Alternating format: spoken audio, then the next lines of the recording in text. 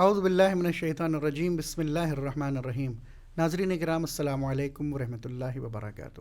شادی ایک پاکیزہ اور مقدس عمل ہے جسے پروردگار عالم نے اپنے بندوں کے لیے قرار دیا ہے، لیکن سوال یہ پیدا ہوتا ہے کہ آج کے معاشرے میں جو شادی کی صورتحال ہے اور وہ شادی کہ جسے اسلام نے معین اور مقرر کیا ہے، ان دونوں کے درمیان کوئی فرق ہے یا فرق نہیں ہے؟ کیونکہ آج کی شادی میں بہت زیادہ رسم و رسومات ایسے ہیں کہ جن کا اسلام میں کہیں بھی کوئی تصور نہیں پایا جاتا۔ اسی سلسلے میں اسی ٹاپک پر ڈسکشن کرنے کے لیے آج ہمارے اس پروگرام میں دو سید بزرگوار شرکت فرما رہے ہیں کہ ان کا ہم استقبال کرتے ہیں۔ سب سے پہلے ہمارے مہمان اول حجت الاسلام والمسلمین سید علی افضل زیدی صاحب کا میں استقبال کرتا ہوں کہ وہ ہمارے پروگرام میں تشریف لائے۔ السلام علیکم ورحمۃ اللہ۔ وعلیکم السلام ورحمۃ اللہ۔ آپ لوگوں کا بھی شکریہ فجر میڈیا کا کہ جنہوں نے موقع فراہم کیا کہ آ کے جو ہے اس سلسلے میں جو گفتگو کی۔ بہت شکریہ، بڑی مہربانی قبلہ۔ اور دوسرے مہمان ہمارے حجت الاسلام والمسلمین علی جناب مولانا سید احتشام حیدر رضوی صاحب ہیں کہ ان کا بھی اس پروگرام میں استقبال کرتے ہیں۔ حضور بہت مہربانی، بہت شکریہ، آپ اس پروگرام میں تشریف لائے اور ہمارے ساتھ اس گفتگو میں انشاءاللہ شامل رہیں گے۔ شکریہ آپ کا اور آپ کی پوری ٹیم کا جنہوں نے ہمارے لیے یہ موقع فراہم کیا۔ آئیے ناظرین چلتے ہیں اپنے اصل ٹاپک کی طرف۔ شادی میں جو رسم و رسومات ہیں، جو آج کی شادی کی صورتحال ہے، ہم اس سلسلے میں گفتگو کریں گے، لیکن اس سے پہلے ہم چاہتے ہیں کہ بہت بریفلی طور پہ ہم خود شادی کی اہمیت، اس کی ضرورت، اس کا کیا فائدہ ہے، اس کے سلسلے میں اپنے مہمان سے استفادہ کریں گے۔ بسم اللہ الرحمن الرحیم۔ پروردگار عالم قرآن مجید میں شادی کرنے کا حکم دے رہا ہے، شادی کرانے کا حکم دے رہا ہے۔ ارشاد ہوتا ہے بسم اللہ الرحمن الرحیم وَأَنْكِحُوا الْأَيَامَ، کہ تم غیر شادی شدہ لوگوں کی شادی کراؤ۔ اور ایک مسئلہ خود اس آیت میں اللہ تبارک و تعالیٰ نے بیان کر دیا کہ اگر یہ سوچتے ہو کہ ابھی کاروبار نہیں ہے، معاشی اعتبار سے، اقتصادی اعتبار سے کیا ہوگا، تو اللہ تبارک و تعالیٰ نے اس مسئلے کو بھی حل کر دیا ہے کہ اگر وہ غریب ہیں، فقیر ہیں، نادار ہیں، تو اس بنا کے اوپر وہ اپنی شادی سے باز نہ رہیں، بلکہ اللہ اپنے فضل و کرم سے انہیں غنی کر دے گا۔ اور اس کے علاوہ بہت سی آیتیں ہیں، یعنی ایک اکنامکلی فائدہ ہوگا، اس کی پوزیشن جو اکنامکلی طور پہ وہ مضبوط ہو جائے گی۔ یہ پروردگار عالم کا وعدہ ہے کہ اللہ یعنی توکل کرتے ہوئے پروردگار کی ذات پر کہ اگر اس نے بھی، کیونکہ ہمارے یہاں معاشرے میں یہی دیکھا جاتا ہے، اور شادی کے تاخیر ہونے کا جو ریزن ہے اپنے یہاں وہ یہی کہتے ہیں کہ جب تک جو ہے جاب نہیں لگے گی تب تک شادی نہیں کریں گے، جب تک کام نہیں کریں گے، اپنے پیروں پہ کھڑے نہیں ہو جائیں گے تب تک شادی نہیں کریں گے۔ اور سماج میں دیکھا بھی گیا ہے، آپ یہ دیکھیں کہ شادی سے پہلے کی زندگی اور شادی کے بعد کی زندگی میں فرق ہو جاتا ہے۔ شادی سے پہلے انسان ممکن ہے کہ اتنی پابندی سے اپنے کاموں کو انجام نہ دیتا ہو، کسب معاش کے لیے اتنی پابندی سے نہ نکلتا ہو، اس لیے کہ اکیلے ہے، لیکن جب شادی ہو جاتی ہے تو انسان جو ہے وہ پھر زیادہ پابندی جو ہے وہ کرتا ہے۔ یہ جو بھی آپ نے جو فائدہ بتایا، تو یہ تو دنیاوی فائدہ میرے خیال سے دیکھا جا رہا ہے یہاں پہ۔ سر کچھ ایسا فائدہ جو مانوی فائدہ ہو، اسپریچول، اس کے اندر کوئی ایسی پاور، طاقت اندر آ جائے، ایسا نہ ہو کہ گفتگو ایک طرفہ ہو جائے۔ اور قبلہ اگر آپ اس بسم اللہ الرحمن مانوی فائدے الرحیم کے وبہ نستعین، جس طریقے سے آپ نے جس طریقے سے اشارہ کیا کہ اس سے تو مادی فائدہ جو ہے سمجھ میں آ رہا ہے کہ اللہ تعالیٰ جو اس کو غنی کر دے گا، جس طریقے سے قبلہ نے بھی اشارہ کیا کہ مانوی فائدے بھی بہت زیادہ ہیں۔ خود ایک یہاں پر جو توکل کا پہلو انسان کا زیادہ اجاگر ہوگا، ورنہ انسان روایت ہمارے پاس موجود ہے کہ امام یہ فرماتے ہیں کہ اگر کوئی شخص اس وجہ سے شادی نہ کرے کہ فقر طاری ہو جائے گا تو اس نے پروردگار عالم پر سوء ظن کیا۔ پروردگار عالم کہہ رہا ہے کہ میں غنی کر دوں گا اس کو اپنے فضل سے، اب یہ شخص کیا کر رہا ہے کہ اگر میں نے شادی کر لی تو فقیر ہو جاؤں گا، نادار ہو جاؤں گا۔ دوسری طرف سے روایت ہمیں یہ کہہ رہی ہے کہ شادی کرو تاکہ تمہارا نصف دین جو وہ کامل ہو جائے، اور نصف دین کے لیے جو تم تقوی الہی کو جب وہ اختیار کرو۔ اور ایک اور چیز جو شادی کے لیے ہے کہ شادی جب انسان کرتا ہے نا تو یہ شادی انسان کو میں سے نکال دیتی ہے، جو ہمارے ہاں میں نے یہ کیا، میں نے یہ کیا، میں نے کیا، ہم میں داخل، لیکن جیسے ہی شادی کرتا ہے وہ میں ختم ہو جاتی ہے، پھر انسان ہم میں داخل ہو جاتا ہے۔ یہ ایک اہم پہلو ہے، اگر اس کی طرف لوگ توجہ کریں ناظرین محترم، اگر جو اس چیز کو سمجھ جائیں کہ انسان جو فقط میں پہلے کرتا تھا، اب کیا ہو جائے گا، ہم۔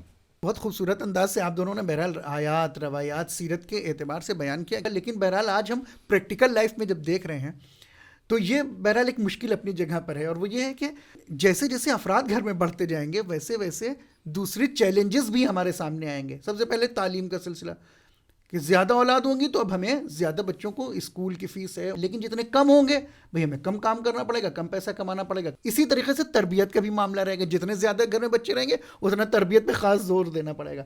بہرحال اس کو کہیں نہ کہیں سے ہمیں جو ہے کوئی راہ حل نکالنا پڑے گا اپنے جو ہے ویورز کے لیے. آپ کیا مثلا اس کے لیے کوئی سجیشن ہے؟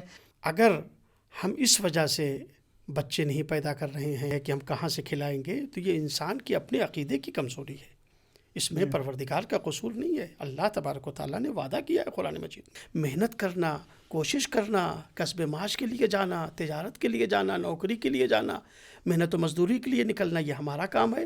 رزق دینا یہ پروردگار کا کام ہے. رزق کی ذمہ داری میری اور آپ کی نہیں ہے. ہاں صحیح بات. ہمارا کام کیا ہے، جسے کہنا چاہیے کہ کہاوت کہی جاتی ہے، حرکت میں برکت ہے. ہاں ہم حرکت کریں گے تو یقیناً پروردگار عالم جو وہ برکت عطا دے گا. ہمارے مال میں. اب ظاہر ہے جب ہم ایک تھے اب 2 ہو گئے، خدا برکت دے گا.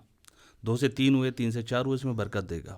خود ایک خاتون ہے جو چھٹے امام کی خدمت میں جو آتی ہے، کافی میں یہ روایت جو وہ موجود ہے کہ امام کے پاس آتی ہے اور آنے کے بعد کہتی ہے کہ مولا میں جو ہوں تاریک دنیا ہوں. مولا سوال کرتے ہیں کیا مطلب تاریک دنیا سے، کیا کہنا چاہ رہی ہو؟ کہا کہ جی میں تنہا ہوں اور میں نے جو وہ شادی نہیں کی ہے، اس لیے تاریک دنیا مجھے ضرورت نہیں ہے. فوراً مولا نے کہا کہ تم جناب سیدہ سے افضل نہیں ہو، وہ سیدہ تو نساء العالمین ہے، جاؤ پلٹ جاؤ. تم یہ سمجھ رہی ہو کہ شادی نہ کر کے تاریک دنیا بن گئی ہوں اور اس میں فضیلت، اس میں کوئی یعنی فضیلت. دونوں چیزیں اس کے لیے بھی کلیئر ہی نہیں تھی کہ تاریک دنیا کسے کہتے ہیں اور جو پروردگار پر توکل ہے وہ کیا. پھر ہمارے پاس جو ہے وہ صحیح نہیں ہے. روایات دوسری آتی ہیں کہ اگر کوئی شخص اس وجہ سے شادی کر رہا ہے خاتون سے کہ جی اس کے پاس مال ہے یا اس کا جو جمال ہے، جو ہمارے اکثر و بیشتر معاشرے میں وہ ایسے ہی. معیار کے سلسلے میں کیا فرمانا چاہیں گے مثلا؟ اور جو لڑکی اور لڑکے کے لیے معیار ہونا چاہیے شادی میں، جو خواستگاری ہوتی ہے، جس کو انتخاب جو کیا جاتا ہے، وہ کچھ بنیاد، کچھ اصول ہوتے ہیں اس کے کہ جس کے تحت اس کو انتخاب کرنا چاہیے، لڑکا لڑکی کے سلسلے میں، لڑکی لڑکے کے سلسلے میں. آپ نے جو سوال فرمایا بڑا اچھا سوال ہے کہ معیار شادی کا کیا ہونا چاہیے. آج ہمارے معاشرے میں اور ہمارے سماج میں بہت سی اچھائیاں ہیں، بہت سی خوبیاں ہیں، لیکن کبھی کبھی ہم یہ دیکھتے ہیں کہ جب شادی کا وقت آتا ہے لڑکی اور لڑکے کا، تو وہاں وہ معیار جو اسلام نے پیش کیا ہے، جو اہل بیت اطہار نے پیش کیا ہے، ان معیار کے مطابق جو ہے وہ شادی نہیں کی جاتی ہے. جس کا نتیجہ کیا ہوتا ہے، اس وقت آپ نے اپنے سماج کے اعتبار سے، اپنے ذہن کے اعتبار سے آپ نے شادی کا معیار بنایا اور شادی آپ نے بیٹی کی یا بیٹے کی کر دی. بعد میں جو ہے وہ اختلافات ہو گئے، بعد میں جو ہے بات خدا نہ کردہ طلاق تک پہنچی. راہ حل کیا ہے؟ وہی معیار ہم کو انتخاب کرنا چاہیے، اسی معیار کے مطابق ہمیں اپنے بچوں کی شادی کرنا چاہیے جو معیار اسلام نے پیش کیا ہے. پیغمبر خدا نے جو معیار پیش کیا ہے، ائمہ معصومین علیہ السلام نے جو معیار پیش کیا، کہا تمہارے پاس اگر کوئی دیندار آدمی اپنا رشتہ لے کر آئے فزوجوہ، تو اس سے تم اپنی بیٹی کی شادی کر دو. ایمان دیکھو، کردار دیکھو، یہ 2 چیزیں جو ہیں وہ اہم ہیں. شادی اور ایمان سب سے اہم عنصر یہ ہے. عقیدہ، ایمان اور کردار. صاحب اخلاق ہو، بد اخلاق سے شادی نہ کرو، منع کیا گیا ہے. اس لیے کہ بد اخلاق انسان جو ہے وہ تمہاری بیٹی کو، اگر تم نے اس کے ساتھ شادی کر دی ہے تو تمہاری بیٹی کو تکلیف پہنچائے گا. لہذا شادی میں جو چیز اہمیت کی حامل ہے دین اسلام کے مطابق، آج ہم نے اسے نظر انداز کر دیا. ہم کیا دیکھتے ہیں، معذرت آپ کی بات میں تھوڑا سا اضافہ بھی کر دوں اور اجازت لیتے ہوئے آپ سے، کہ بہت اچھا پہلو انہوں نے جو وہ ذکر کیا کہ انتخابی رشتے میں اور ہمسر میں کہ دیندار، جس طریقے ہمارے پاس روایات بھی پائی جاتی ہے دیندار، جیسا کہ بلا نے عرض کیا کہ دیندار ہو تو شادی کر دو. اس میں یہ بھی بیان کیا گیا روایات میں کہ اگر دیندار لڑکے تم شادی کرو گے، اگر محبت کرتا ہوگا تو خوش ہو خرم رکھے گا، اور اگر بالفرض نفرت کرے گا تو اس پہ لڑکی پہ ظلم نہیں کرے گا. ہمارے معاشرے میں جو ایک چیز آ رہی ہے وہ یہی ہے کہ ہم دینداری کو دیکھتے نہیں ہیں. جیسا کہ مثلاً ہم کہیں رشتہ لے کر جاتے ہیں تو کبھی بھی آج کے معاشرے میں کوئی یہ سوال نہیں کرتا کہ جی لڑکی نماز پڑھتی ہے، روزہ رکھتی ہے، کبھی کوئی سوال نہیں کرتا. سب میں پہلے ہی جو سوال کیا جاتا ہے لڑکی کیسی ہے، کتنی پڑھی لکھی ہے. یا لڑکی والے لے کے جاتے ہیں تو پہلے ہی سوال ہوتا ہے جی کماتا کیا ہے، لڑکا کیا کماتا ہے. یعنی ہمارے خود جب انتخابی رشتہ، جب رشتے کے لیے جاتے ہیں تو اس میں پہلی چیز جو ہے دینداری معیار ہی نہیں ہوتی. یعنی یہیں سے شادی کو مشکل بنانا شروع کر دیا گیا ہے پہلے ہی اسٹیپ سے، کہ جب یہی دیکھ لیا کہ بھئی ان کے یہاں یہ کماتا ہے کہ نہیں کماتا ہے. اب کینسل ہو گیا معاملہ. اب وہ لڑکا کمانے کی فکر میں پہلے لگ گیا, تو اس کی اس وجہ سے اس کے یہاں تاخیر بھی ہوگی. جب جاب ملے گی تب وہ شادی کے لیے پھر آمادگی کرے گا, تو پتہ چلا کہ اس کی ایج جو ہے وہ 30-35 کے اوپر چلی گئی. تو ظاہر سی بات ہے یہ ایک سب سے پہلا قدم یہی ہو گیا کہ شادی میں تاخیر کا اور شادی کو مشکل بنانے کا. بے شک. اور اختلاف کا سبب بھی اگر دیکھا جائے جو ہوتا ہے ہمارے یہاں, کہ جو کبھی طلاق کا اگر آپ سبب پوچھیں کہ مثلاً ایک تو اللہ نہ کرے کہ کسی کے یہاں طلاق ہو, لیکن اگر طلاق کے سبب کے پیچھے جب جاتے ہیں تو اکثر یہی پتہ چلتا ہے یا تو بد اخلاقی پیچھے آتی ہے یا اسٹیٹس کا فرق آ جاتا ہے. یعنی مال کی وجہ سے کیونکہ انہوں نے شادی کی تو پتہ چلا بعد میں مال ختم ہو گیا, تو اب یہ کس بات کی شادی رہ گئی. تو اس لیے روایت میں جو ذکر کیا گیا اصل میں ہم نے جو اس پر عمل ہی نہیں کیا نا, جب شادی اور جب رشتے کے لیے گئے ہم نے اس پر عمل ہی نہیں کیا.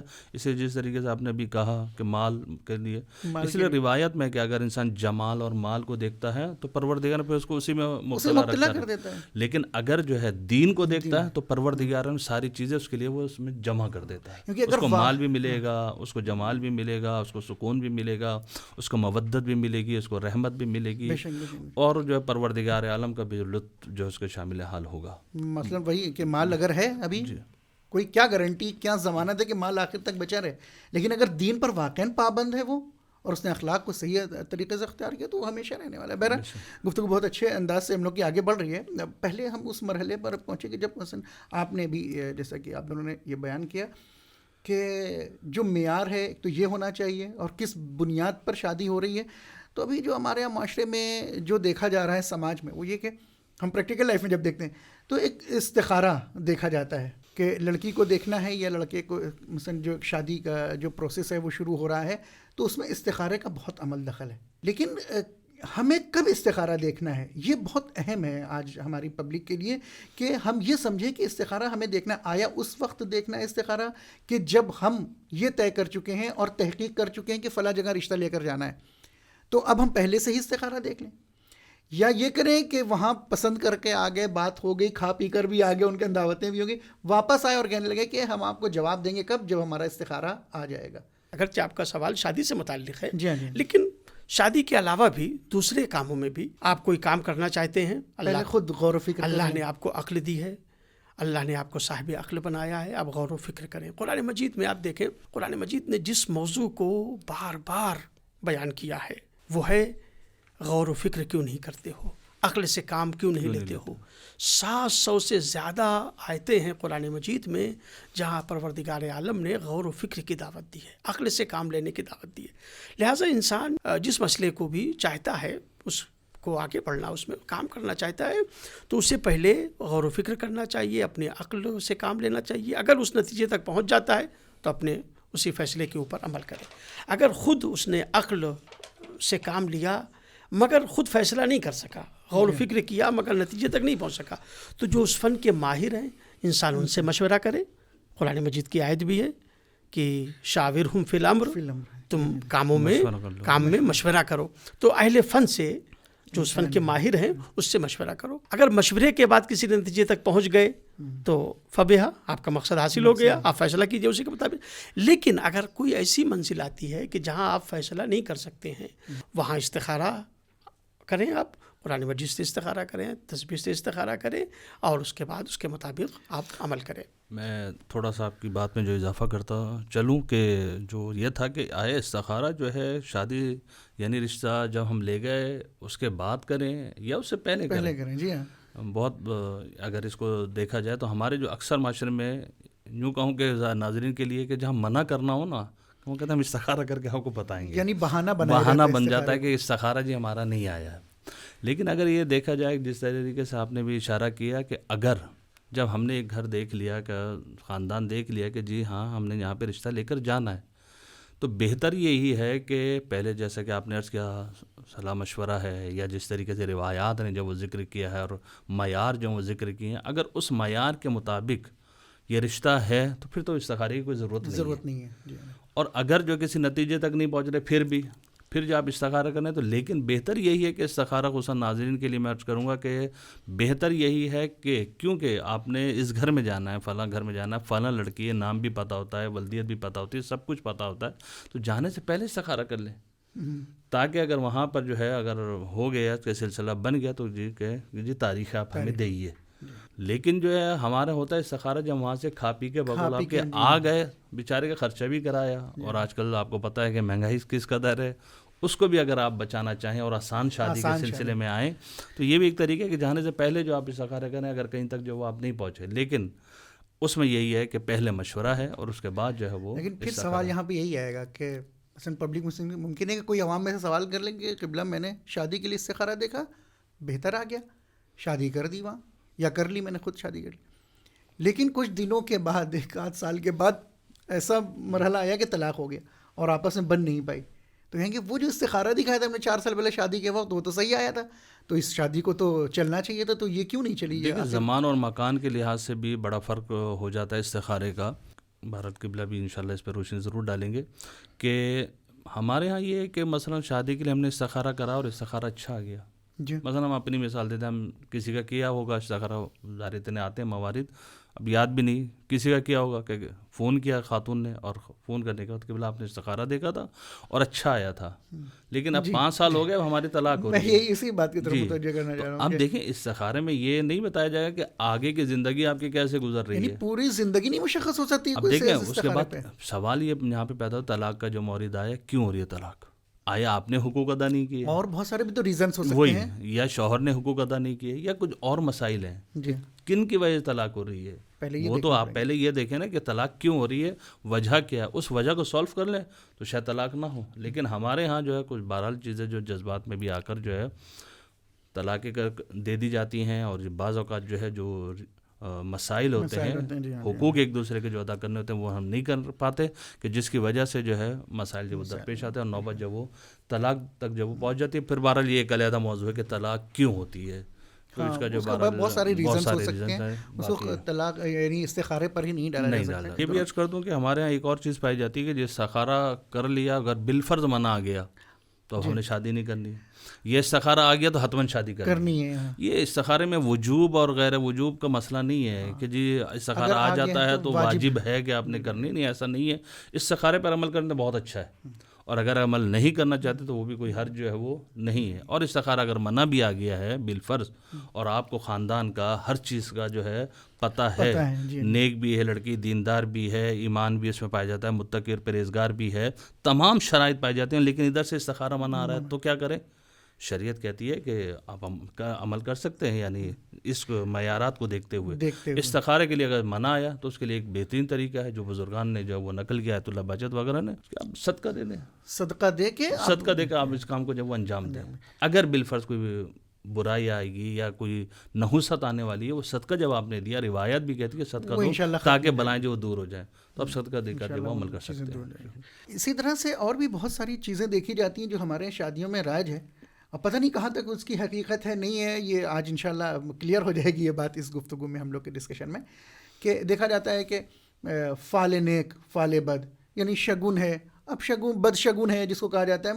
مثلا مثال کے طور پہ اب شادی کی اگر رسومات ہو رہی ہیں اور بات چیت ہو رہی ہے, تو اس بات چیت میں کوئی بیوہ کی شرکت نہ ہونے پائے, کسی متعلقہ کی شرکت نہ ہونے پائے, کسی مثلا ایسی خاتون کے جس کے یہاں مثلا اولاد بلی کا گزر نہ ہو, سبز قدم کہا جاتا ہے ان کو, تو کہاں تک ان سب کی حیثیت ہے؟ یہ صرف ہمارے معاشرے میں نہیں ہے بلکہ آپ ترقی یافتہ جو معاشرے کہے جاتے ہیں, معاشرے میں دیکھیں گے آپ, یورپ وغیرہ میں بھی آپ دیکھیں تو وہاں بھی یہ شگن و بدشگنی جو ہے وہ ہے. اور ہمارے معاشرے میں بھی بہت سی مثالیں آپ نے دی ہیں. مثال کے طور پر نکاح کے وقت ایک عالم دین بیان کر رہے تھے کہ گئے نکاح پڑھنے کے لیے, تو وہاں جو ہے خاتون سے اجازت لینے گئے, لڑکی سے اجازت لینے کے لیے گئے, پردہ پڑا ہوا تھا.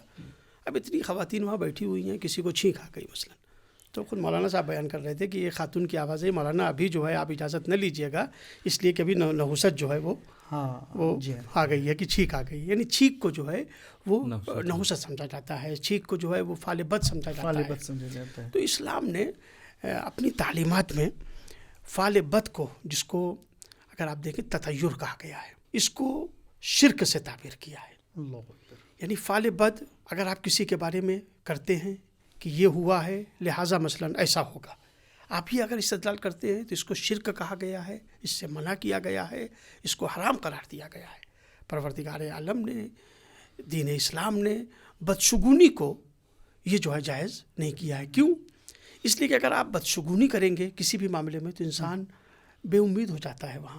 مثلا ایک آدمی سفر پہ جا رہا ہے، مثلا بلی نے راستہ کاٹ دیا اور کسی نے یہ کہہ دیا کہ مثلا یہ سفر جو ہے وہ اب آپ کا اچھا نہیں ہوگا۔ اگر یہاں آپ فعل بد اور تطیر ہوگا تو انسان نا امید ہو جائے گا، اپنے سفر کے اوپر نہیں جائے گا، مایوسی کا شکار ہوگا۔ دین اسلام نے اس سے منع کیا ہے۔ لیکن فعل نیک جس کو کہیں، جس کو اصطلاح میں تفاعل کہا جاتا ہے، اس کو دین اسلام نے قبول کیا ہے۔ سیرت اہل بیت اطہار علیہ السلام میں اس کی مثالیں پائی جاتی ہیں۔ حتیٰ سرکار دو عالم ختمی مرتبہ حضرت محمد مصطفیٰ صلی اللہ علیہ وآلہ وسلم کی یہ حدیث ہے کہ آپ نے فرمایا کہ خیر چیزوں کا تفاعل کرو کہ انشاءاللہ تم ویسے ہی پاؤ گے اس کو جیسے اس کے بارے میں کہہ رہے ہو۔ کیوں؟ اس لیے کہ انسان جب فعل نیک جو ہے وہ انسان کرے گا تو وہ امید اس سے بنتی ہے، اس کو ہمت پیدا کیا ہوتی کرنا ہے۔ ہوتا ہے اس میں؟ مثلا یہ بھی بتا دیں کہ تفاعل، مثلا فعل نیک، مثلا فعل بد کی تو بتا دیا آپ نے، جس کو بدشگونی کہا جاتا ہے کہ اس میں فلاں کو کہا جاتا ہے اجازت نہیں، اور یہ آئیں گے تو سبز قدم ہو جائیں گے، نحوست ہو جائے گی۔ تفاعل میں مثلا کیا؟ مثلا آپ دیکھیں خود مثالیں اس کی موجود ہیں۔ پیغمبر خدا جب ہجرت کر کے مدینہ تشریف لے جا رہے ہیں، جی جی راستے میں ایک شخص سے ملاقات ہوئی، آپ نے پوچھا تمہارا نام کیا ہے؟ اس نے کہا سالم۔ آپ نے کہا ہم کو سلامتی مل گئی انشاءاللہ۔ ایک دوسرے شخص سے ملاقات ہوئی، اس سے پوچھا کہ تمہارا نام کیا ہے؟ اس نے کہا ناصر۔ آپ نے کہا ہم کو نصرت کرنے والے مل گئے، ناصر و مددگار مل گئے۔ یا صلح حدیبیہ کے موقع کے اوپر کفار کا نمائندہ پیغمبر خدا سے ملاقات کے لیے آیا، نبی نے پوچھا تمہارا نام کیا ہے؟ اس نے کہا میرا نام ہے سہیل۔ آپ نے فرمایا کہ اب امر جو ہے تمہارے لیے آسان ہو گیا ہے۔ یہ ہے نیک فعل کہ سہیل سے آسانی، سہل یہ جو ہے اس سے جو ہے یہ ہم سمجھتے ہیں، اور اس سے جو ہے یہ مراد لے رہے ہیں۔ فعل نیک جو ہے اس کی اسلام میں گنجائش ہے، لیکن فعل بدشگونی کی جو ہے وہ اسلام میں گنجائش نہیں ہے۔ اس سے اسلام نے مقابلہ کیا ہے، اور ائمہ اطہار علیہ السلام نے نہیں، نتیجہ بھی غلط نکلتا ہے کہ کسی توہین ہے یہ کسی ایک انسان کی، کہ آپ یہ کہیں کہ کوئی خدا نخواستہ کوئی مطلقہ ہے یا کوئی جس کے اولاد نہیں ہے، آپ نے اس کی توہین کر دی۔ یہ تو بہت بڑا گناہ ہو گیا کہ آپ نے ایک بندہ خدا کو یہ سمجھا کہ اس کی وجہ سے ہمارے کام میں رکاوٹ آ جائے گی۔ ٹھیک، پروردگار نے انسان کو اشرف المخلوقات قرار دیا ہے۔ تو ایک دوسری اصطلاح بھی ہے، دوسری چیز جو استعمال ہوتی ہے اور شادیوں کے لیے خاص طور سے کہ تاریخ دیکھی جاتی ہے، خاص طور سے شادیوں کے لیے، اس کے علاوہ بھی دوسرے کاموں میں، کہ نیک اور نحس۔ نیک تاریخ ہوگی تو انجام مثلا دیا جائے گا، نحس جہاں تک یہ ہے کہ علم نجوم کا اس سے تعلق ہے کہ بہرحال اس میں بھی دو نظریے پائے جاتے ہیں کہ آیا کوئی دن جو ہے وہ نحس ہے یا نہیں ہے، خود ایک سوال ہے۔ کیوں؟ اس لیے سوال یہ ہوتا ہے کہ کیونکہ ہر دن ہم دیکھتے ہیں کہ کسی نہ کسی امام سے منسوب ہے۔ اب جب یہ دن جو ہے ائمہ طاہرین علیہ السلام سے جب منسوب ہے تو پھر نحس کیسے ہو گیا؟ صحیح بات ہے، ہاں یہ روایت ہے۔ اب مسئلہ یہ ہے کہ کیونکہ اس کا علم نجوم سے تعلق ہے، اور علم نجوم نے جو ہے اس کو ذکر کیا ہے کہ جی یہ تاریخ نحس ہے اور یہ جو ہے نیک ہے اور یہ وہ، لیکن جو روایات ہمیں بتاتی ہیں وہ روایات میں قمر در اکرم کا تذکرہ آیا ہے کہ قمر در اکرم میں جو ہے وہ کہا گیا ہے کہ جی شادی جو ہے وہ نہ کرو۔ لیکن نہ کرنے سے مطلب ناظرین کیونکہ سن رہے ہیں ہمارے، اور ان کو یہ پیغام دیا جائے کہ قمر در اکرم میں جو شادی نہیں کی جاتی اس کا مطلب حرام نہیں ہے۔ یہ ذہن میں رکھیے گا کہ روایات میں یا کسی بھی مجتہد کا فتویٰ آپ اٹھا کر دیکھ لیں، کسی نے نہیں کہا کہ جو ہے وہ حرام ہے، اگر قمر در اکرم میں شادی ہوگی تو گویا کہ آپ نے حرام فعل انجام دے دیا۔ ایسا نہیں ہے۔ فقط قمر در اکرم کے لیے کہا گیا ہے کہ جس طریقے سے روایت میں ہے کہ سفر کے لیے کہا گیا ہے، اور جو ہے اس میں بھی جو ہے کیا ہے عقد، نکاح جو صیغہ پڑھا جاتا ہے، یعنی شادی جب ہو رہی ہوتی وہ جو ہے کراہیت کے اوپر ہے، نہ کہ جو ہے وہ حرام ہے۔ اب چاہے آپ روایات اٹھا کر دیکھیں، چاہے آپ جو مجتہدین کے فتاوے اٹھا کر دیکھیں، انہوں نے کراہیت کے لیے کہا ہے۔ اور کراہیت کا آپ نے راہ حل پہلے بتا دیا ہے کہ کراہیت کے لیے اگر دیکھیں اس کے بعد جو ہے وہ اب قمر در اکرم میں مسئلہ آتا ہے کہ جی نکاح کرنا جب صیغے پڑھے جا رہے ہیں وہ مکروہ۔ آئے اس سے پہلے کے کام، مثلا جیسے ہمارے ایک رسم ہے کہ جی لڑکے والے جو ہیں لڑکی کے گھر اور لڑکی والے لڑکے کا جوڑا لے کر جاتے ہیں، لے کے جا سکتے ہیں نہیں جا سکتے؟ لے کے جا سکتے ہیں۔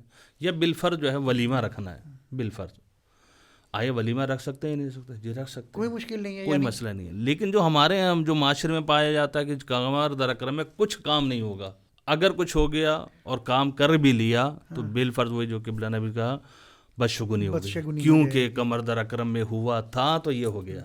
یعنی انسان اس چیز کو اپنی لائف میں جب وہ لے کر آ رہا ہے لیکن خدا پر توکل اس کا نہیں ہے. اس کا مطلب یہ ہوا کہ یعنی اگر کوئی بھی ایسا کام ہوا کہ جس کو یہ لگ رہا ہے انسان کو کہ نہیں آج کا فلاں دن نیک نہیں تھا یا فلاں تھا، تو اس کا راہ حل اسلام نے دے رکھا ہے. اور ائمہ کی سیرت میں بھی یہ چیز ملتی ہے کہ بہترین کام اس دن انجام دے دو، صدقہ دے دو، فلاں سورہ پڑھ لو تو یہ کام ہو جائے گا. بہرحال ناظرین، انشاءاللہ آج کی یہ گفتگو آپ کے لیے مفید رہی ہوگی کہ اسلام نے جو شادی جیسے مقدس کام اور پاکیزہ کام اس کا جو کانسیپٹ رکھا ہے وہ یہ کہ شادی کو آسان بنایا جائے تاکہ معاشرے میں وہ برائیاں نہ ہوں کہ جو آج برائیاں دیکھی جا رہی ہیں.